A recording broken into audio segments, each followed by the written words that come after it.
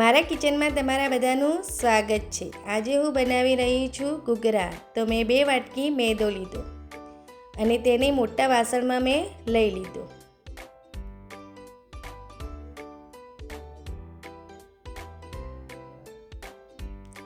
હવે અંદર મેં ઘી ઉમેર્યું ગરમ કરીને અને મેં લગભગ 4 ચમચી ઘી ઉમેર્યું।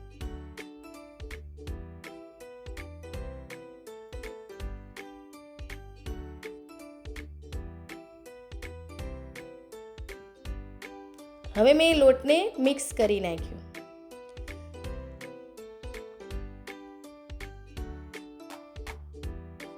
અને 2 હાથે વચ્ચેથી મેં લોટને બરોબર મસળ્યો અને મોયણ જોયું તો આપણું સરસ મોયણ થઈ ગયું હતું।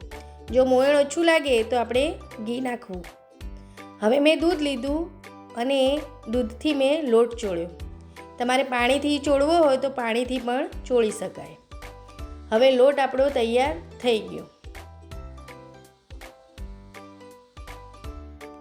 હવે મેં એને ઢાંકીને એક સાઈડ મૂક્યો।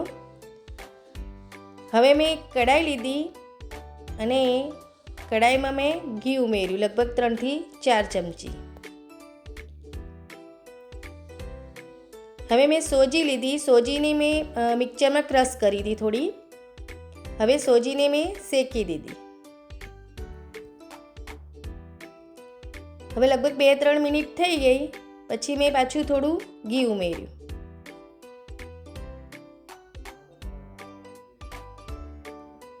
પાછું મેં એને શેક્યું। શેકી જવાનું અને થોડું થોડું ઘી એને ઉમેરવાનું।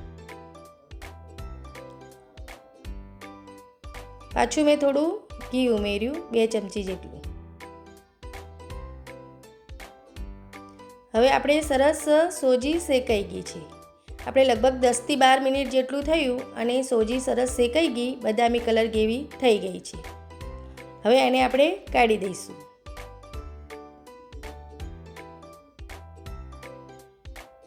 હવે કઢાઈમાં મેં 2 ચમચી જેટલું ઘી રેડ્યું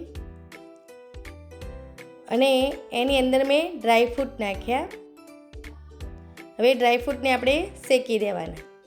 બદામ ને કાજુ ને દ્રાક્ષ એ બધું આપણે શેકી દેવાનું અને ગેસ ધીમો રાખવાનો।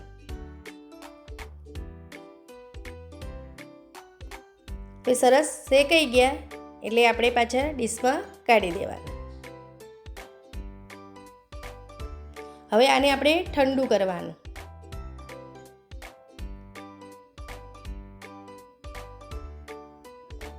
હવે આપણે એ જ વાટકીથી ખાંડ લેવાની અને ખાંડને મિક્સરમાં ક્રશ કરી દેવાનું અને એ જ વાટકી ભરીને મેં ટોપરાનું છીણ લીધું, સૂકું ટોપરું, અને વાટકીમાં મેં થોડું જાયફળ લીધું અને એલાયચી એને પણ ઉમેરી દીધું।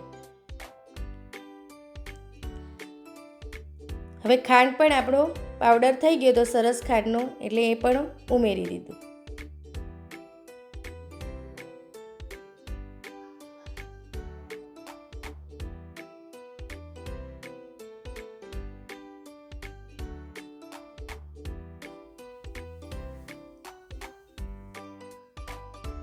હવે આપણે બધું મિક્સ કરી દેવાનું।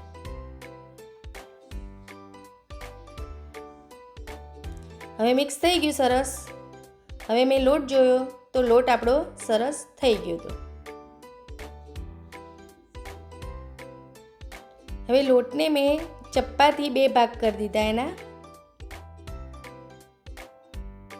અને એક લોયો લીધો મેં,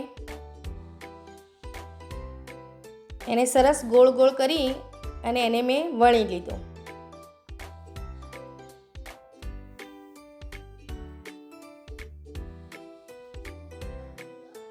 સરસ વણી ગયો પછી મેં એક વાટકી લીધી અને વાટકીથી મેં એને કટ કરી નાખ્યું એટલે પૂરી જેવી બનાવી દીધા બધા। સરસ બધી પૂરી મેં બનાવી દીધી।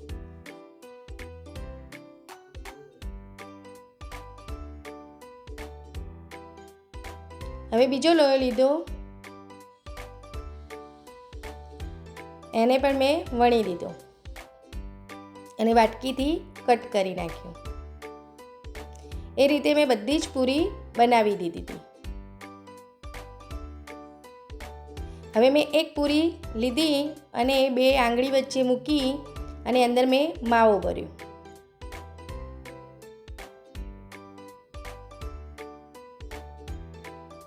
માવો ભરી અને મેં આજુબાજુ તેને દૂધ લગાવ્યું.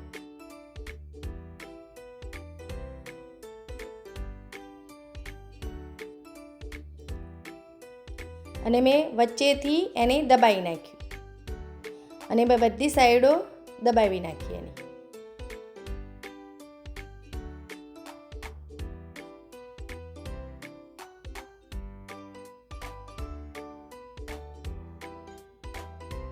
એ બધાથી મેં દબાવી અને થોડું પાછું મેં દબાવ્યું. હવે મેં ઘૂઘરાને ડિઝાઇન આપવા એક કાંટો લીધો અને એને દબાવીને એની ડિઝાઇન પાડી. જો તમારે ઘૂઘરાનું મશીન હોય તો મશીનથી પાડવાનું. મારે મશીન નહોતું તો મેં આ રીતે ડિઝાઇન પાડી. હવે આપણો ઘૂઘરો તૈયાર. હવે બીજો ઘૂઘરો બનાવું તો મેં પૂરી લીધી અને અંદર માવો ભર્યો.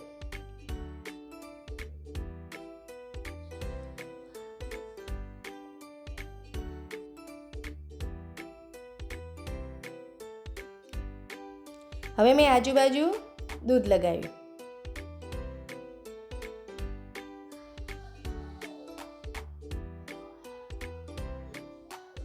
હવે મેં પાછું વચ્ચેથી એને દબાવી દીધું.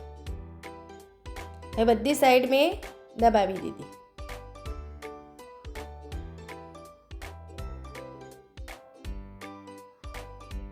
આપણે દૂધ લગાવીએ ને પછી એની સાઈડો દબાવી દેવાની એટલે આપણો ઘૂઘરો ખુલે નહીં. હવે સરસ દબાઈ ગયો.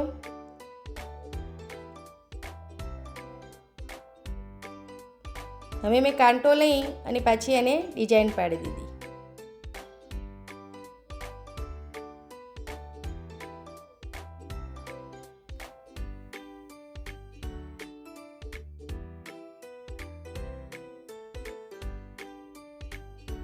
સરસ આપણા ઘૂઘરા હવે તૈયાર થઈ ગયા.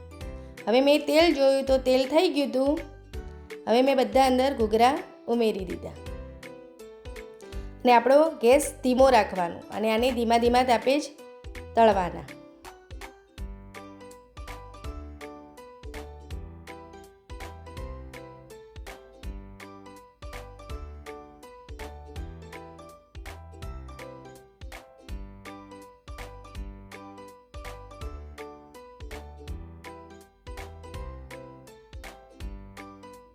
હવે થોડી વાર પછી મેં ચમચીથી તેને ઊંધા કરી નાખ્યા.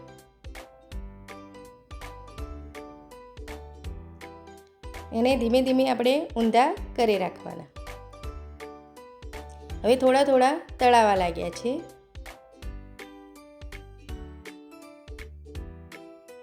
એને ઊંધા કરી જવાના અને તળી જવાના. હવે સરસ આપણા ઘૂઘરા તળાઈ ગયા છે.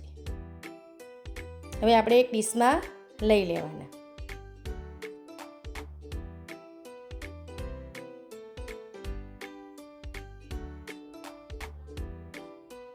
હવે પાછા મેં તેલમાં ઘૂઘરા ઉમેર્યા અને એને પણ સારી રીતે તળી લીધા.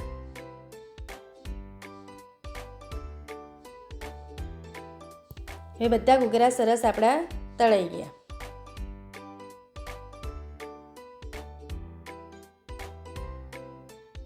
હવે મેં ઘૂઘરાને ડીશમાં લઈ લીધા અને ઘૂઘરા બધા જ મેં તળીને સરસ બનાવી દીધા.